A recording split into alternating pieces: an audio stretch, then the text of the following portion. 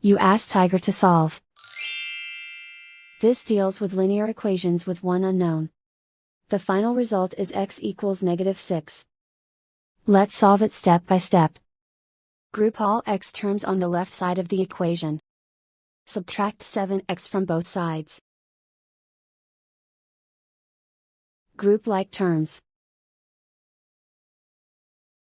Simplify the arithmetic. Group like terms. Simplify the arithmetic.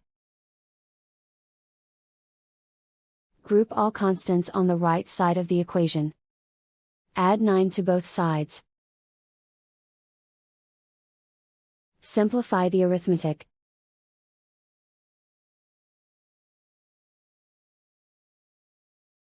Convert the x into a positive number. Multiply both sides by -1.